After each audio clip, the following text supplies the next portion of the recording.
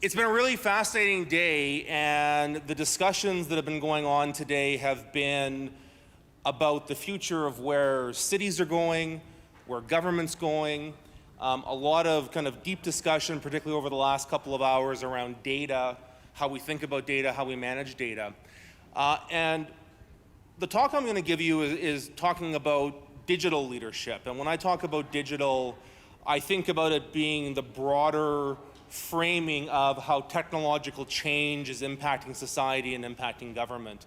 And so really what I'm going to try to do is just bring you back up a bit before we leave for the day and think about what some of the big trends are that are impacting us, some of the big influences that are happening on society. And for all of you, as you go back tomorrow to your home organization, to your home government, to your company, thinking about how do you take some of those leadership principles and what do you as an individual leader have to be thinking about in terms of making a bit of a difference.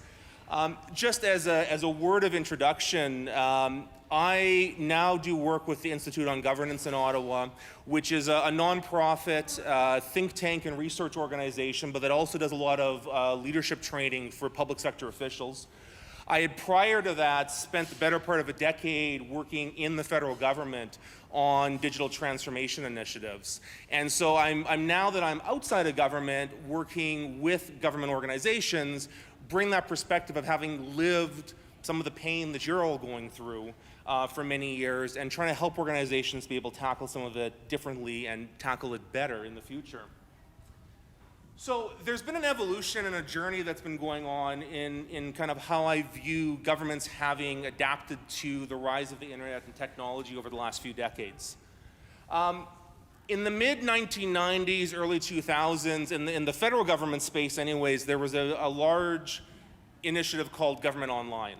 And many provincial and municipal governments around the same time were going through the same exercise, which was essentially taking services and information that had traditionally existed in very analog forms, pen and paper, in-person service delivery, and migrating it onto the web. This was the first big push towards digitizing government public information.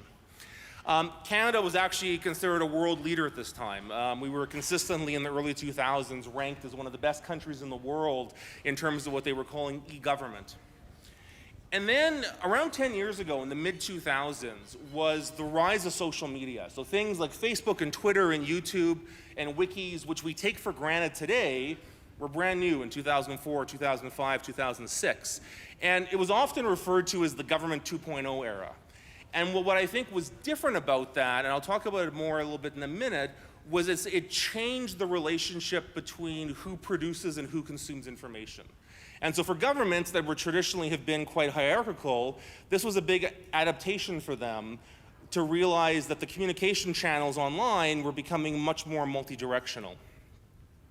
And then finally, in this last few years, we've moved into what many people call the digital government era. And digital government's become a bit of a buzzword, but there's something real behind that, where I think it is that evolution of online technology, of sensors, of smartphones, and the dramatic interconnectedness that we all have that has taken it to a new level where it's not just about government providing information in different ways, it's actually about being able to use technology to re-engineer the process from the back end. So government from the bottom up, in theory, is changing because of technology now in the digital era. So digital can mean a lot of things to different people. This is a definition from Tom Loosemore, who was one of the founders of the government digital service in the UK that I quite like. And I think what Tom is getting at in this definition is that it is not just about the technology. The technology is an underpinning part of this, but it is all the cultures and practices and processes of the internet era that go along with that we're seeing brought into governments. So this is why we're talking about being agile. This is why we're talking about user-centric service delivery. These are all artifacts of this new model of working that has been spurred in part by the rise of the internet and the new ways of doing technology. And it's also about this responding to people's risen expectations. So the citizens that we serve and that we work with all are consumers as well in their lives. And so they live in a world of Amazon and Google and Facebook and Netflix, and that has become the service delivery standard that people are used to. And so when they're looking at public sector services, or they're looking at their engagement with government at any level, they are expecting that same level of personalization, of speed, of efficiency, of transparency, and they're not seeing it always. And so I think that gap in terms of expectations is getting bigger and bigger and putting more and more pressure on governments as a result. So one of these big trends that's happened, as I talked about, was that rise of what 10 years ago people called Web 2.0. And really social media is kind of the best exemplar of what that is. And even though, for those of us who work in this space, this seems like ancient history, the impacts of this are still reverberating, right? That move from where the websites in 1990s, early 2000s were essentially a pamphlet on a website, moving to having the social media ecosystem that we're used to today flipped on its notion of how we create and share information. And so for governments that were used to communicating in a certain way with citizens through much more controlled messaging and channels, that became a big change for them, and it became a big challenge for them. And there was, I think, a lot of unbridled optimism a decade ago about the rise of social media and all the positive spin-offs. And I tend to be an optimist when it comes to these things. But I think the last few years, too, we've seen the rise of fake news, and we've seen some of the downsides of social media as well. And so the world, I think, is still coming to grips with this change that has happened in terms of how we communicate with each other, which is dramatically different than how we have for most of our history in terms of how institutions engage with citizens. At the same time, the pace of change is increasing dramatically. So this is a graph that I like using, and it shows the adaptation rate of different technologies over time. So at the far left, we see things like the telephone or electricity or cars, which took usually 20, 30, 40 years to go from invention to mass adaptation. And so in some of the things we were talking about today in terms of what are the standards and legalities and social norms around being able to use these new tools, we had entire generations to sort some of that out.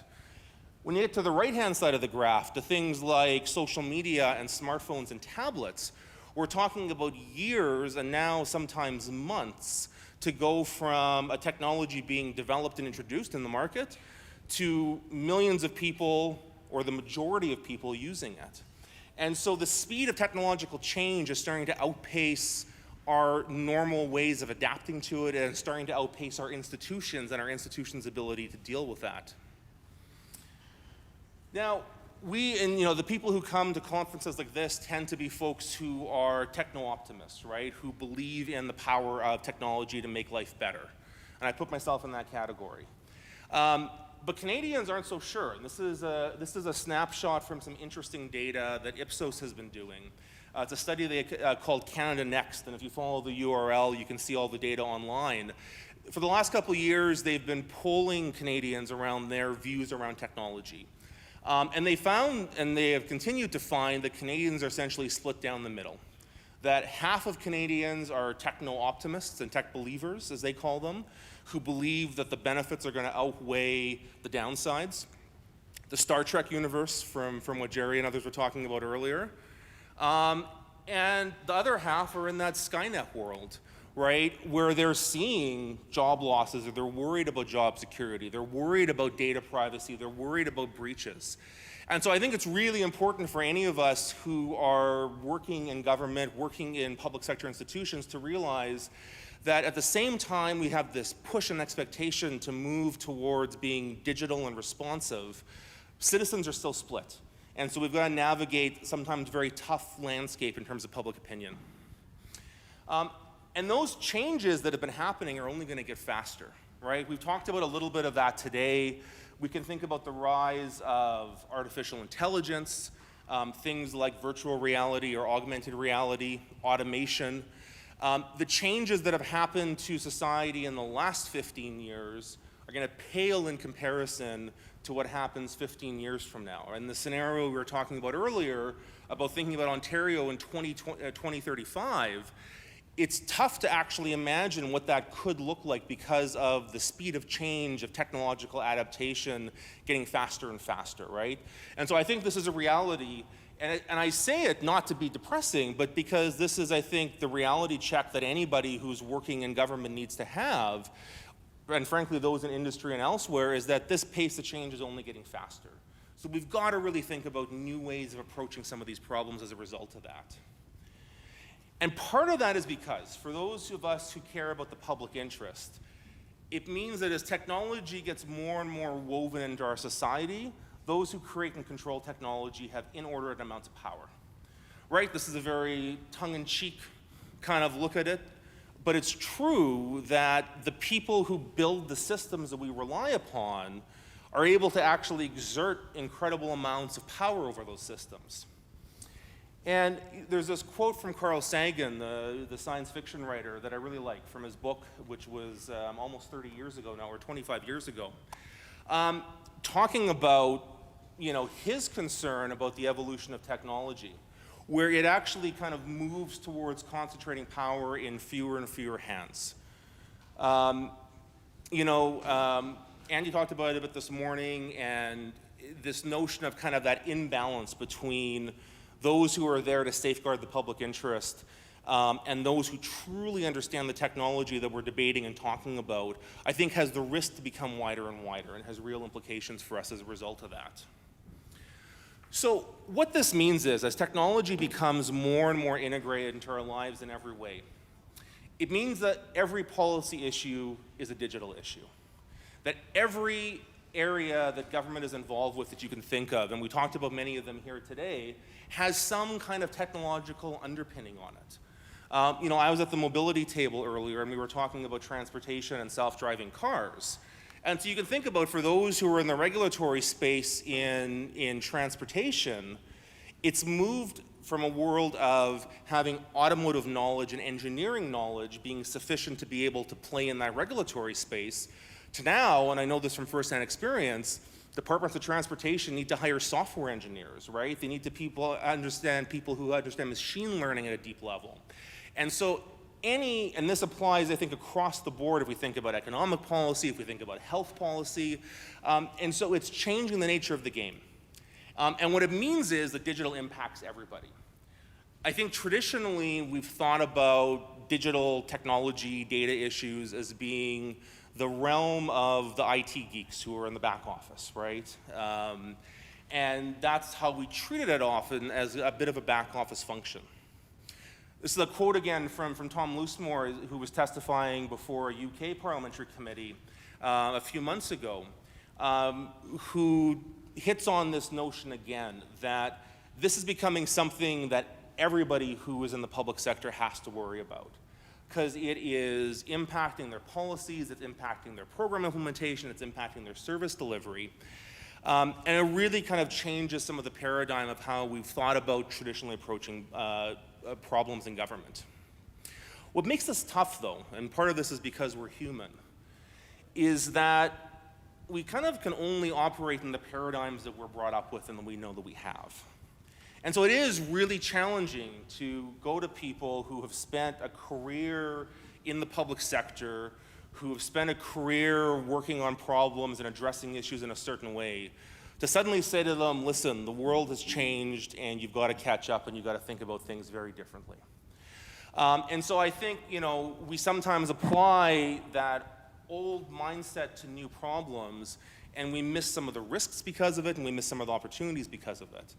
And so I think if we're going to avoid the Black Mirror world that we talked about, it's important for us to be very actively challenging our assumptions about how we do our work, how we do our jobs, how we serve the public, and be able to think about these new tools in terms of how we can use them in a bit of a different way.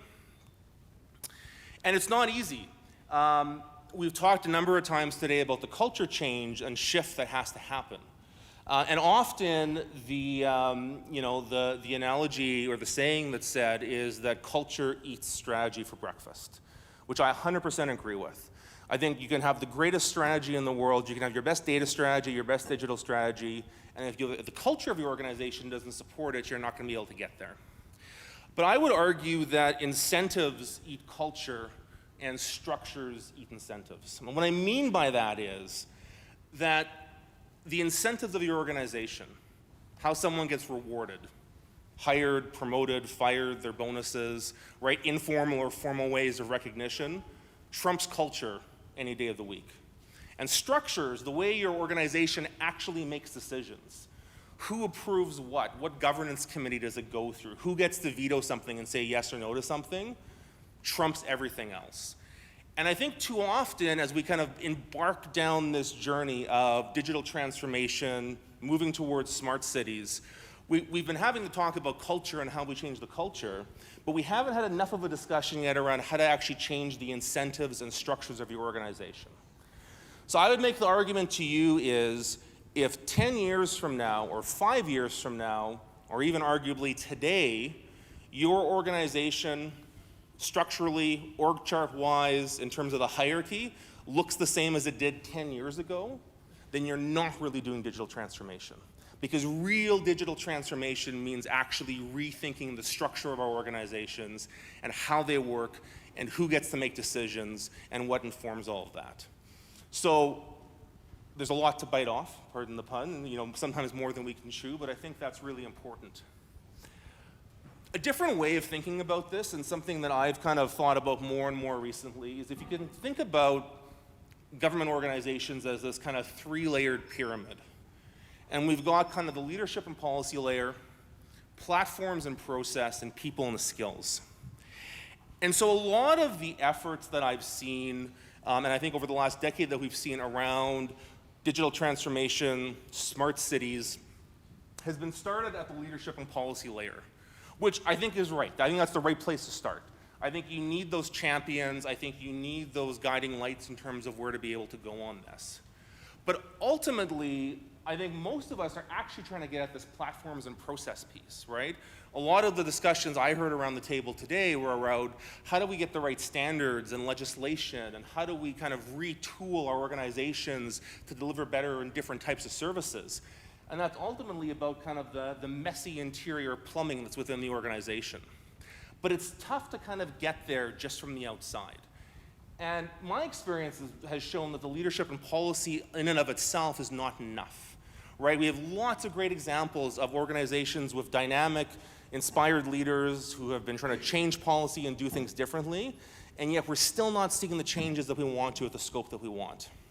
So the thesis that has been brewing in my head for a couple of years is that at the same time we're trying to drive leadership and policy, we have to also change the people and skills. We have to tackle the base of the pyramid.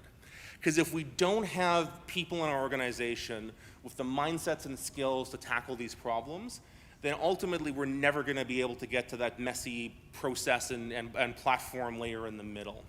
Because ultimately, we think about sometimes government departments or government agencies as being these kind of amorphous corporate entities, but they're made up of people. Right? These are human organizations filled with human beings, and really if you want to change an organization, you have to change the people. And so this is some of the work that I've been engaged with for the last year now, is thinking about how do we actually build up the skills and literacy of the people that are in our organizations. Because I think it's incredibly important for us if we want to think about really mainstreaming this. Taking all the things we've talked about today and making these part of the way that we do business is to address that skills gap within government.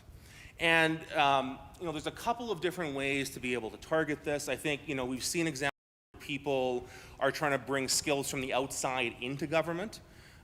Friends from Code for Canada are here, and there's many others who are kind of pursuing those models to bring people from the private sector and give them public sector experience. And I think those are absolutely valuable. At the same time, I think we also have to be able to take our existing workforces in government and be able to build the skills and training that they need so that they can be able to succeed in the digital era. And it's not that everybody in government needs to become a coder. Not everybody in government needs to become a data scientist, right? Not everybody in government needs to become a user experience specialist. But what I do think it means is that everybody in government needs to have some baseline level of digital literacy to be able to navigate the world that we're in. I did a public policy degree for both my undergraduate and graduate degrees. And for any of you who've been through a public administration program, you'll know there's all these core requirements, right? You have to do some economics, you have to do statistics, you have to do history, you have to do law, you have to do political science. Because there's this notion of if you're going to be able to function in government, you need kind of a baseline understanding of a bunch of different areas. And so even though I wasn't going to become an economist, the idea was I got to at least understand statistics and numbers enough that I can make smart decisions when I'm presented with that data. Essentially that I can call BS when BS has to be called. And I don't think we've done that with digital yet, because I would argue in today's world, in the same kind of way, anybody working in government has to have what Alex Dunn calls technical intuition, right? You don't have to be a master at the technology, but I think it's really important that everybody has the ability to understand the limits and the possibilities of technology, be able to ask informed questions with their team, around their management table, and frankly, to have that bullshit detector when they know that there are things that aren't going to work or frankly could harm people and be detrimental to public interest. Because we should be clear, right? I mean, digital, there's kind of the shiny, bright side of it, but we're talking about, in many cases with government, people's lives. And so digital gone wrong can go wrong at scale. And it can go wrong in terms of hundreds of millions of dollars, but can also go wrong in ways that really impact people's lives. So I think this notion of technical intuition, to me, needs to be one of these core values that becomes part of everybody who's working in government, to say, you know, they have the curiosity and understanding at a base level to be able to navigate through this. So some of the work that I'm doing right now is we have launched a new digital executive leadership program through the Institute on Governance, targeted for executives in government at all levels, federal, provincial, municipal. And the idea behind it is that everybody should have a baseline understanding of a few different disciplines, of data science, of design thinking, of digital technology. They should understand the big drivers that are happening in society, and they should be able to think through, for them as leaders, how do they take that back to their organizations and be able to build the kind of multidisciplinary, agile teams that we need to be able to navigate in the modern world. So it's been a really interesting journey that we've been on. Over the last few months, we've just launched the program. We've had our first 2 cohorts of executives go through it. And it really is striking, I think, how much of a need there is out there. And I should mention, it's not just us doing this. With the federal government, they have launched a digital academy initiative out of the Canada School of Public Service, so they're looking at retraining federal government employees. The Ontario Digital Service is looking at building up training programs and skills within the Ontario government. I know of at least a number of other universities and others who are thinking about this. And so really in this last year, there's been this inflection point around thinking about how, you know, digital is not going anywhere, it's here to stay. So how do we build up those skill sets for everybody who's in the public sector so they can be successful? So I would leave you with just this thought of, you know, as you go back to your home organizations tomorrow, to think about what are your blind spots?